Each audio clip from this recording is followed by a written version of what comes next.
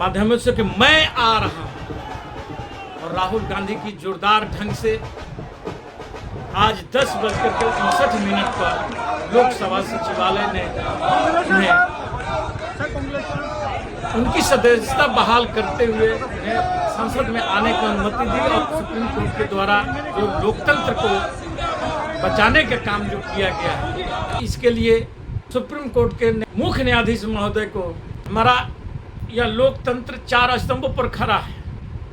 Supreme court के आदेश के बाद फिर देश को एक बार ये जगह है कि नहीं, न्याय भी लोगों को मिल सकता है कहीं। जैसे ही ईमानदार लोगों की आज जरूरत भी है भारत में, क्योंकि जिस ढंग से जनता के साथ में खिलवाड़ किया जा रहा है, आप देख रहे होंगे कि 10 करोड़ सहारा से प्रभावित लोगों के साथ कोरोना के समय में यात्रियों को अपने रहमो करम पर छोड़ दिया गया। पैदल लोग 1500, 1600 किलोमीटर पैदल यात्रा कर करके अपने अपने घर पहुंचे थे। मणिपुर का आप देख रहे हैं, मणिपुर जल रहा है। हमारे प्रधानमंत्री जी विदेश यात्रा कर लेते हैं, देश में घूम घूम करके चुनावी भाषण कर सकते हैं, लेकिन मणिपुर नहीं जाएंगे। मणिपुर पर जब सुप्रीम कोर्ट संज्ञान लेता है तो 36 सेकंड का अपना बयान देते हैं, विपक्ष को ही कोसने का काम करते हैं। अपनी उपलब्धियां नहीं बतलाते हैं प्रधानमंत्री जी। आज 9 साल हो गया, लेकिन अपनी उपलब्धियां नहीं बतलाते हैं कि हमने जनता को क्या दिया, देश को क्या दिया। पूर्ववर्ती सरकारों के खामियों का जरूर गिनाते हैं, उनमें अच्छाइयाँ होती तो फिर आपको क्यों लाता है? जब जनता उन्हें की कमियां देखी तभी तो आपको लाया। लेकिन आप भी आकर के, और वे यदि छोटा छोटा क्षेत्र रखे थे, उन्हें बड़ा बड़ा होल बना करके और जनता को दोहन करना शुरू कर दिए। जनता के पॉकेटों से सीधा पैसा निकालना शुरू कर दिए। आप गैस का देखिए रहे हैं कि जो कांग्रेस के समय में 412 रुपया में मिलता था, वो आज 1100 रुपये में मिल रहा है। महंगाई बेतहाशा बढ़ रहा है। टमाटर जो 10 से 20 रुपये किलो मिलना चाहिए था, वो आज 250 रुपये किलो बिक रहा है। इन सारी चीज़ों पर प्रधानमंत्री जी हमारा नहीं बोलेंगे। यदि कोई अडानी, जो इतना बड़ा अडानी का घोटाला देश में हुआ है, उस पर अपना मुंह नहीं खोलेंगे, तो आखिर जनता आपको प्रधानमंत्री किस लिए बनाया? क्या विपक्षों को गाली देने के लिए, विदेश घूमने के लिए? खुद अपने भाषणों में बोलते हैं कि हम एक गरीब परिवार से हैं, लेकिन आपकी रहन सहन देख करके तो कतई नहीं लगता है कि आप में जरा सा भी गरीबी का एहसास है। 5-5 लाख का सूट पहनेंगे, लाख रुपये के जूता पहनेंगे, 10-10 लाख की घड़ियाँ पहनेंगे, 1.25 लाख के कलम घुसेंगे। डिग्री की बात की जाएगी, उस पर भी जवाब नहीं देंगे। तो जनता इन सारे चीज़ों को देख करके अब मन बना चुकी है सत्ता परिवर्तन की, क्योंकि ये लोग सिर्फ काम कुछ नहीं करें, एक दूसरे को लड़ाने का ही काम, क्योंकि इनका पुराना धंधा रहा है।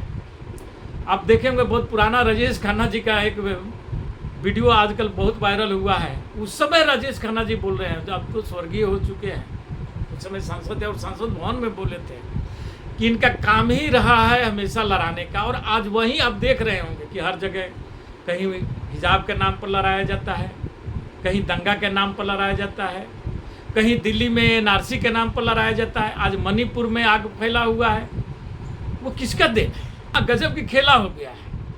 एक जो सांसद में जाना चाहता है, उसे सांसद से निकाल दिया जाता है, और जिसको सांसद में बुलाया जाता है वो सांसद से भागे चलता है, संसद में जाना नहीं चाहता है। तो ये 4 हमारे जो स्तंभ हैं, एक गोदी मीडिया, दूसरा जो हमारा गुलाम कार्यपालिका हो चुका है, हमारा संवैधानिक संस्थाएं हैं जिन पर लोगों का विश्वास है, कोर्ट के ही आश्रय आज पूरा भारत निर्भर कर रहा है। जो शत्रुता की भाव इन लोगों ने रखा है, जो आपको 70 साल के इतिहास में ऐसी भाव नहीं देखे होंगे। दोस्तों जोहार, नमस्कार, रविरंजन सिंह आपको ये बतला रहा हूँ कि आज राहुल गांधी का जो कि मैं आ रहा हूँ, और राहुल गांधी की जोरदार ढंग से आज 10:59 पर लोकसभा सचिवालय ने उन्हें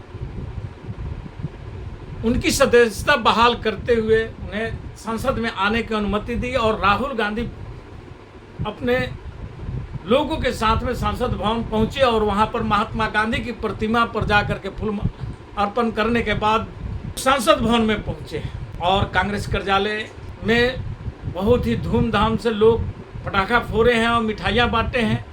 अच्छे कार्य सुप्रीम कोर्ट के द्वारा जो लोकतंत्र को बचाने का काम जो किया गया है वह सराहनीय है और मैं इसके लिए सुप्रीम कोर्ट के मुख्य न्यायाधीश महोदय को सैल्यूट करता हूं। उन्होंने जो देश में जिस ढंग की गतिरोध पैदा की गई थी गुजरात के कोर्टों के द्वारा, जो लग रहा था कि भारत के कॉन्स्टिट्यूशन से अलग हुए हैं, संवैधानिक संस्थाओं से अलग है और कहीं न कहीं किसी तीसरी शक्ति के बहकाव में इस ढंग की जजमेंट दी गई थी। जिस मामले में कोई सजा नहीं होना चाहिए था उसमें उन्हें 2 साल की मैक्सिमम सजा, जो कि उस धारा के अंतर्गत सबसे मैक्सिमम सजा वह निर्धारित था, उसके अंतर्गत उन्हें सजा दी गई। और लोअर कोर्ट से लेकर हाई कोर्ट तक जिस ढंग की ड्रामेबाजी चली वह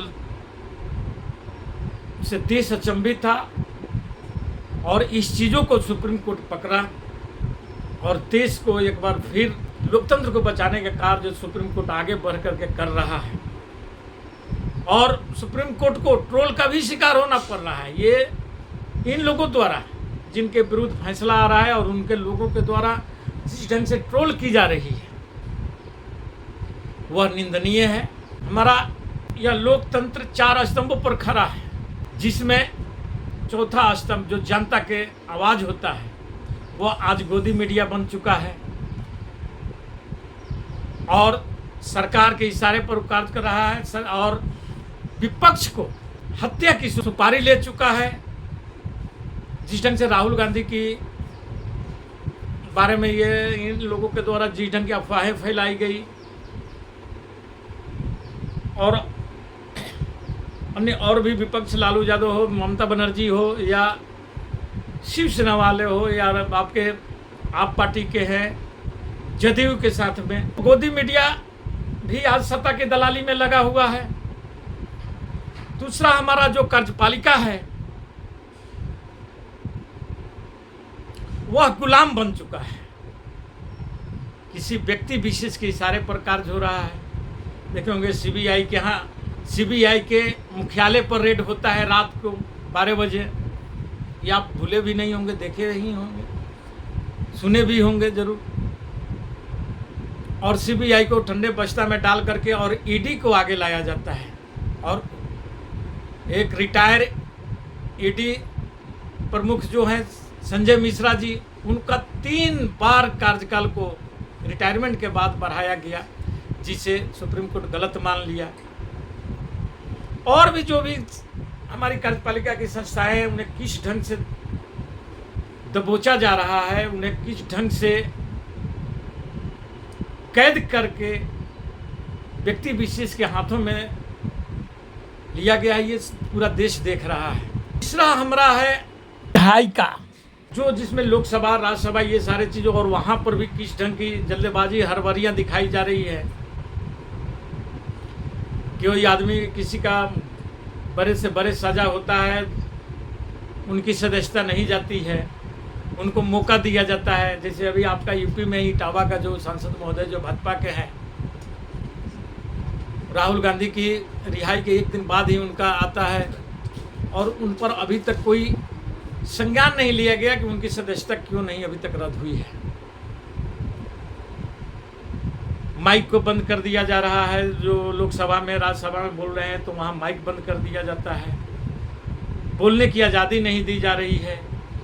यदि कोई बोल रहा है, जैसे अडानी के मामला में राहुल गांधी जो उसका कच्चे चिट्ठा खोले थे और वहाँ पर नारा लगा था मोदी अडानी भाई भाई, देश बेचकर खाई मलाई का नारा लगा था और भी बहुत सी बातें राहुल गांधी वहाँ संसद भवन में रखे थे, जिसे उस पटल से ही हटा दिया गया ताकि वह इतिहास में दर्ज न हो सके।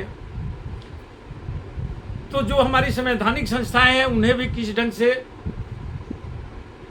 कब्जा किया गया है, ये भी देश देख रहा है। आज न्यायपालिका को भी कहीं न कहीं 50% तक प्रभावित किया जा चुका है, वो पूरा देश देख रहा है। एक हमारा सुप्रीम कोर्ट ही, जो एक ईमानदार व्यक्ति के चलते लोगों को न्याय यदि मिल रहा है, वह चंद्रचूड़ साहब हैं, क्योंकि वह किसी के सामने झुकने वाले नहीं हैं, नहीं बिकने वाले हैं। जैसे आप पास्ट में देख चुके हैं कि कैसे कैसे आदेशें हुई थी, और उस पर नहीं हम जाएंगे, लेकिन ये न झुकने वाले हैं न बिकने वाले हैं, ये तो प्रतीत हो रहा है। और इनका रिटायरमेंट भी नवंबर 2024 में होने वाला है, इसलिए सत्ता भी घबराई हुई है। सत्ता तो यह अपना चादर ओढ़ करके अब सोच चुका था कि हमने राहुल गांधी की दरवाजे बंद कर दिए हैं, उनको घर से निकाल दिए, उनके सदस्यता खत्म कर दिया, उनको संसद में नहीं घुसने देंगे। लेकिन सुप्रीम कोर्ट के आदेश के बाद फिर देश को एक बार ये जगह है कि नहीं, न्याय अभी भी लोगों को मिल सकता है। कहीं ना कहीं देरी है न्याय में, लेकिन न्याय मिल सकता है। नहीं तो लोगों का विश्वास जो उठते जा रहा था, उस पर एक विराम लगाने का काम जरूर हुआ है। इसके लिए मैं इस केस के तमाम न्यायाधीशों को मेरा प्रणाम है, सैल्यूट है। और जैसे ही ईमानदार लोगों की आज ज़रूरत भी है भारत में, क्योंकि जिस ढंग से जनता के साथ में खिलवाड़ किया जा रहा है, आप देख रहे होंगे कि 10 करोड़ सहारा से प्रभावित लोगों के साथ